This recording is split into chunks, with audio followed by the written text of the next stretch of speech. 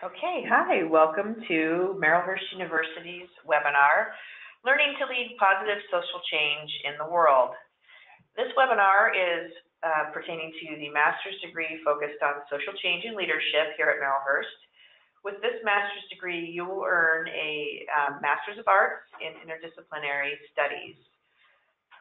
Today's presenters are Sean Gillen, who is an assistant professor in the Master's of Arts in Interdisciplinary Studies. He's in Interdisciplinary Studies program here at Marylhurst. And then I am Amanda Stover, the moderator and admissions counselor for this program. A couple of housekeeping things to remember about this webinar. Please save your questions until the end, where we'll have a question and answer period. And also, you will be receiving an email with the recording of the webinar. So without any further ado, let's begin with the first question for Sean. So what kind of student would benefit from an MA focused in social change and leadership? Thank you, Amanda, and welcome to those joining us in this webinar. As Amanda said, I'm Sean Gillen, and I chair the Interdisciplinary and Applied Liberal Arts Department here at Marylhurst that is the home to our revised degree in interdisciplinary studies. So I'd first say, in response to that question, is that Marylhurst University has a really long tradition of serving students from a wide range of backgrounds to support social justice-focused learning and engagement and problem-focused and solution-oriented interdisciplinary learning. So we welcome a wide variety of students to a degree program like this. And along the way, as we've welcomed these students, we've seen how effectively interdisciplinary learning can be applied by students who are interested in becoming thought leaders, change agents, advancing their own professional and educational goals in a really unique and tailored way. So anyone with an interest and a commitment to ethical engagement with society would be very, very welcome to join the program. As we've developed master's programs with this kind of focus, we've noticed how effective it can be to connect academic thinking with applied work, including advocacy, nonprofit sector management or engagement. And we want to make academic engagement relevant to and useful for the world. And students with an interest in this, I think, would find a great fit with this particular program. The other thing I would say in terms of what kinds of students might benefit is that this program is a low residency, which means that students can be located anywhere at all, really, in the country or the world. And in some of our other low residency programs, we've had students join from around the world. They would come to campus twice each year that they're in the program, once in the fall and once in the spring, to do workshops, to learn from each other, to work with faculty, do coursework, all kinds of stuff. But this opens up the program to, as I said, anyone from any place who want to continue living where they're living, working where they're working, but then also join a master's degree program that has a really strong sense of collaborative learning opportunity built on the foundation of these intensives. Great, thank you. Sure. So what are the key elements of the foundational coursework? Well, foundational coursework, I'll say more broadly, the degree program is 48 credits and can be completed in 2 years, taking 2 courses at a time. Students would have the summers off. The foundational coursework focuses on social change, politics, policy, equity, and engagement. Students would think through different perspectives on social change, how social change has occurred in the past, how Contemporary social systems are arranged, how social problems develop, what social problems exist, and what we might do to address these. The core requirements would think about different theories of social justice. They would also provide students with a foundation in inquiry, in how to apply academic knowledge, different theoretical and conceptual frameworks to develop, ask, and answer their own questions. Okay. So next, tell me a little bit about the project focus in the program.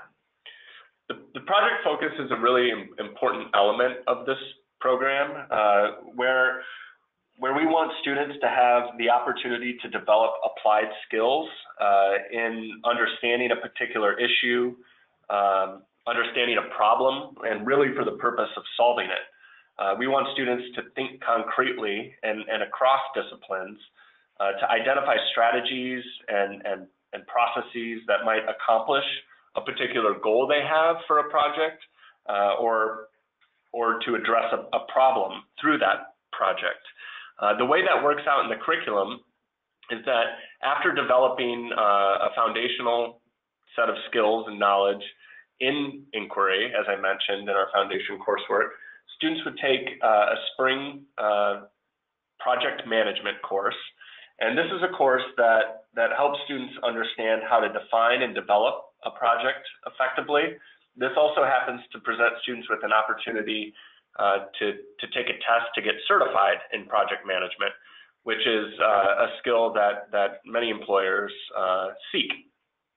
After they've taken this course, they take a series of 3 project-focused courses. The first one asks students to do some research to develop a project, working closely with faculty. We hope that students use the project as an opportunity to develop the skills and knowledge that they think would be most effective in meeting their career goals, their professional goals, and their educational goals. So they can tailor that to their own needs and use that to make sure that the next step they take after the program is a successful one. After they've designed the project, students will think about how to create action plans and implement their project. So they're doing this work as part of the program, and they're getting directed research guidance from our program faculty.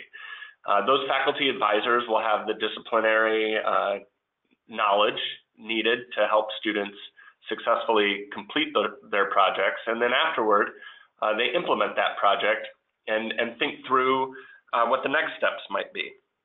Projects could be really anything. It could focus on, say, an internship experience. It could be around curriculum development for, say, an organizational training. Students might choose to do a project in service of the job that they're already in, or decide to develop a project that might serve as a springboard into a different career. Students may also want to develop a policy or advocacy strategy, think through how to engage around a particular issue on social media, think through a strategy for nonprofit development, or develop the beginning of a collaborative plan across, say, multiple organizations that they could implement further down the road. Great. Thank you.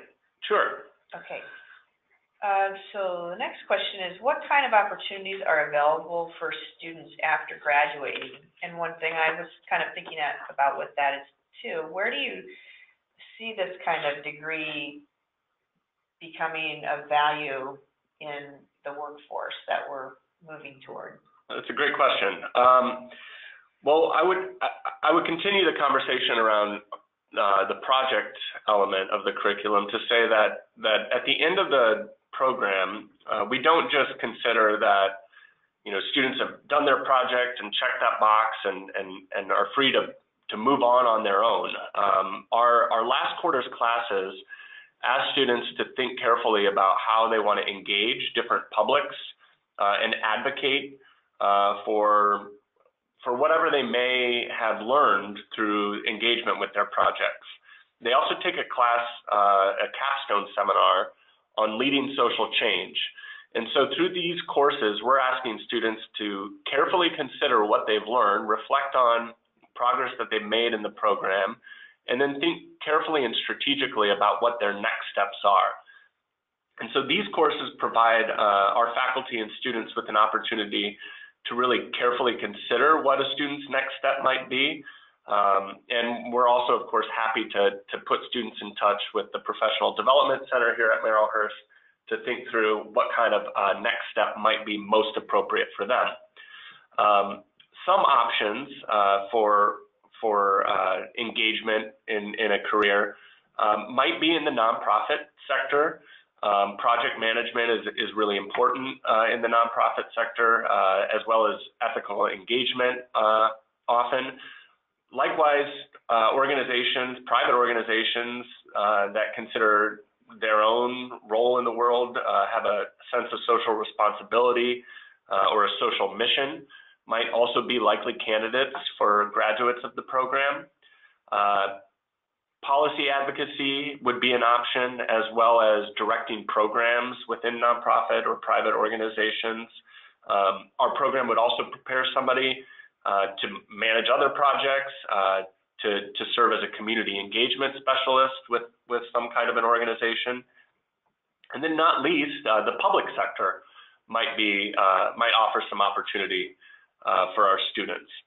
I think in terms of the future sort of workforce and what's out there, I think students need to have a sense that they're capable of leading thought on issues, that they can solve problems, that they can effectively ask and answer questions, and be really effective change agents. And I think that these are skills and a knowledge set that the program will provide students. And so we hope that in addition to getting a job immediately after the program or progressing in a job that they're already in, that this program will give students knowledge and skills to successfully navigate a whole career, to think through what opportunities might exist, and to have tools in their toolbox that would help them navigate future jobs as well. Great, thank you. So now is the time for questions from those of you attending the webinar. So let's see, what are you looking for in candidates who apply? Well, we would welcome students from really any background. We believe that drawing on diverse student backgrounds is a real program asset.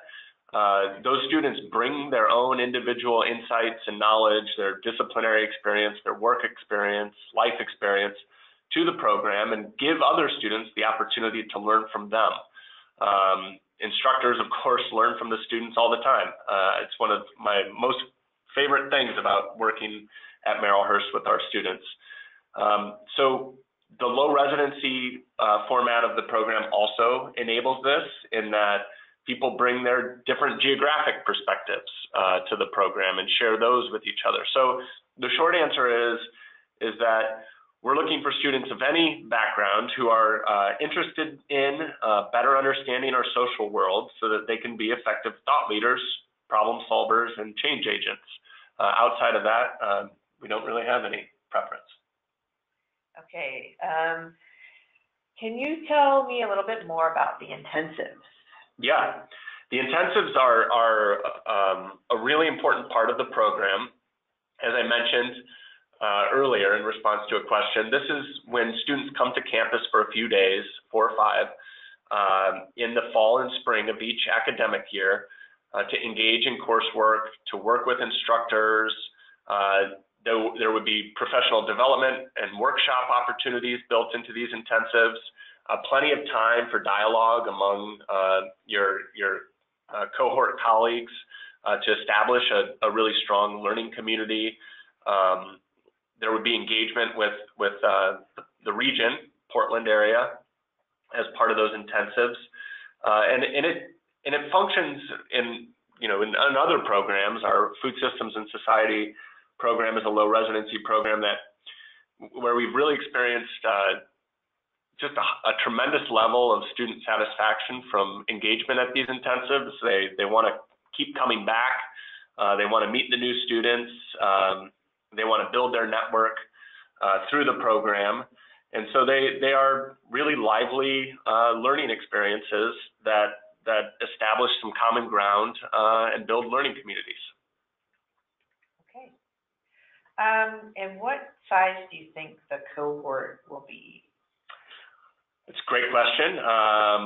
We'd love to welcome a large cohort, but we also keep in mind that we want to maintain an intimate learning environment and community. This wouldn't be a program with 100 students in a class. I'm not sure exactly how many will come, but a dozen, 20 would be great. Great, good. Okay, so for more information, you can contact me, Amanda Stover, the admissions counselor. My email is up there, astover@merrillhurst.edu, and you can also contact me by phone, 503-699-6322. And I want to thank you all for being here, and you also will receive an email recording, so keep your eye out for that. Thank you.